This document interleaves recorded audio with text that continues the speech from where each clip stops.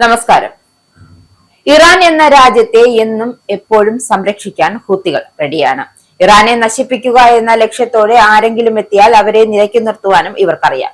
പറഞ്ഞു വരുന്നത് ഇറാനെതിരെ ഭീഷണി കൈകളുമായി എത്തിയ സൗദിയെ നിലയ്ക്ക് നിർത്താൻ മാത്രമല്ല, കണക്കിന് മറുപടി നൽകാനും ഇവർക്കറിയാം. ഇതിന്റെ ഭാഗമായാണ് സൗദിയിലെ വിമാനത്താവളങ്ങളും അടിസ്ഥാന സൗകര്യങ്ങളും ലക്ഷ്യമിട്ട് ആക്രമിക്കുമെന്ന ഭീഷണിയുമായി യമനിലെ ഹൂത്തികൾ എത്തിയതും.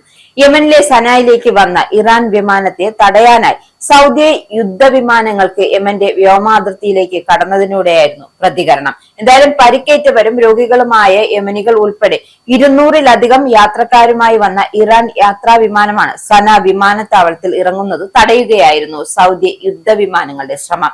ലാൻഡിംഗ് ശ്രമിക്കുന്നതിനിടെ വെള്ളിയാഴ്ച പുലർച്ചെയാണ് സൗദി യുദ്ധവിമാനങ്ങൾ യമൻ വ്യോമാതിർത്തിയിൽ പ്രവേശിച്ചത്.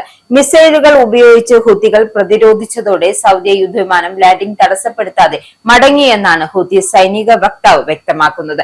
വിഷയത്തിൽ എന്നാൽ സൗദി ഇതുവരെയും പ്രതികരണം വ്യക്തമാക്കിയിട്ടില്ല.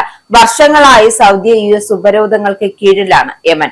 സന വിമാനത്താവളത്തിനു മേൽ നിയന്ത്രണങ്ങൾ ലഘൂകരിക്കുന്നതിനുള്ള ശ്രമങ്ങളുടെ ഭാഗമായിരുന്നു സർവീസ്. സൗദിയെ തടഞ്ഞാലും ഇറാൻ സനയ്ക്ക് ഇടയിലുമുള്ള സർവീസുകൾ തുടരുമെന്നാണ് വ്യക്തമാക്കുന്നത്. അതായത് 2022 ഐക്യരാഷ്ട്രസഭയുടെ മധ്യസ്ഥതയിലുണ്ടായ വെടിനിർത്തലിന് ശേഷം ഹൂത്തി സൗദി സംഘർഷങ്ങൾ കാര്യമായ കുറവുണ്ടായിരുന്നു. പലസ്തീനെതിരായ ഇസ്രയേൽ ആക്രമണത്തിൽ പ്രതിഷേധിച്ച് 2023 ചെങ്കടലിലൂടെയുള്ള വാണിജ്യ കപ്പലുകൾക്ക് നേരെ ഹൂത്തികൾ കനത്ത ആക്രമണമാണ് നടത്തിയത്. ഇതിനെ മറികടക്കാനായി അമേരിക്കയുടെ നേതൃത്വത്തിൽ ഹൂത്തികൾക്കെതിരെ ആക്രമണം ഉണ്ടായിരുന്നു. എന്നാൽ US ഇറാൻ സംഘർഷ സമയത്ത് ഹൂത്തികൾ ഇറാന് പിന്തുണയുമായി എത്തിയിരുന്നില്ല. യമനിലെ ഔദ്യോഗിക സർക്കാരിന്റെ ഭാഗമായ സൈന്യത്തിലെ 14 പേർ ഹൂത്തികളുടെ ആക്രമണത്തിൽ കൊല്ലപ്പെട്ടു എന്ന കാര്യമാണ് ഒടുവിൽ റിപ്പോർട്ട് ചെയ്യുന്നത്. ഹൊദൈർ നഗരത്തിന് തെക്ക് ഹൈസ് ജില്ലയുടെ ജബൽ ദുബാസിയിലാണ് ആക്രമണം റിപ്പോർട്ട് ചെയ്യപ്പെട്ടത്. അതായത് ഏറ്റുമുട്ടൽ 23 സൈനികർക്ക് പരിക്കേറ്റതായാണ് റിപ്പോർട്ട്. അടുത്തിടെ യമനിലുണ്ടായ ഏറ്റവും രക്തരൂക്ഷിതമായ ആക്രമണമാണ് ഇതെന്നും രാജ്യത്തെ അന്താരാഷ്ട്ര അംഗീകാരമുള്ള സർക്കാരിലെ ഉദ്യോഗസ്ഥരെ ഉദ്ധരിച്ചുകൊണ്ടാണ് ഇക്കാര്യം റിപ്പോർട്ട് ചെയ്തിരിക്കുന്നത്. വെള്ളിയാഴ്ച രാത്രിയോടെയാണ് ഏറ്റുമുട്ടൽ ആരംഭിച്ചത്. ആക്രമണത്തിന്റെ ആദ്യഘട്ടത്തിൽ സർക്കാർ നിയന്ത്രണത്തിലുള്ള ചില ഭാഗങ്ങൾ ഹൂത്തികൾ പിടിച്ചെടുത്തു എങ്കിലും ശനിയാഴ്ച പുലർച്ചെയോടെ ശക്തമായ പ്രത്യാക്രമണം നടത്തി സൈന്യം ഇവ തിരിച്ചുപിടിക്കുകയായിരുന്നു. ആക്രമണത്തിൽ ഹൂത്തികൾ കൊല്ലപ്പെട്ടെന്ന് സർക്കാർ വൃത്തങ്ങൾ അറിയിച്ചുവെങ്കിലും കൂടുതൽ വിവരങ്ങൾ പുറത്തുവിട്ടിട്ടില്ല.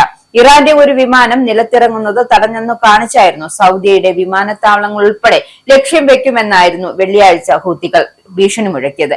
എന്നാൽ യമൻ സർക്കാരിനെ പിന്തുണയ്ക്കുന്ന രാജ്യമാണ് സൗദി. 2015 മുതലാണ് ഹൂത്തികളും സർക്കാരും തമ്മിൽ പോരു തുടങ്ങിയത്. ഇത് ആയിരങ്ങളുടെ മരണത്തിനിടയാക്കുകയും യമനിലെ വലിയ മാനുഷിക പ്രതിസന്ധിക്ക് കാരണമാവുകയും ചെയ്തു. ഐക്യരാഷ്ട്രസഭയുടെ നേതൃത്വത്തിൽ 2022 നിലവിൽ വന്ന വെടിനിർത്തലോടെ വലിയ ഏറ്റുമുട്ടലുകൾ ഒട്ടുമിക്കവും നിലച്ചിരുന്ന മട്ടായിരുന്നു. ഇതാണ് ഒരു ഇടവേളയ്ക്ക് ശേഷം വീണ്ടും തുടങ്ങിയിരിക്കുന്നത്.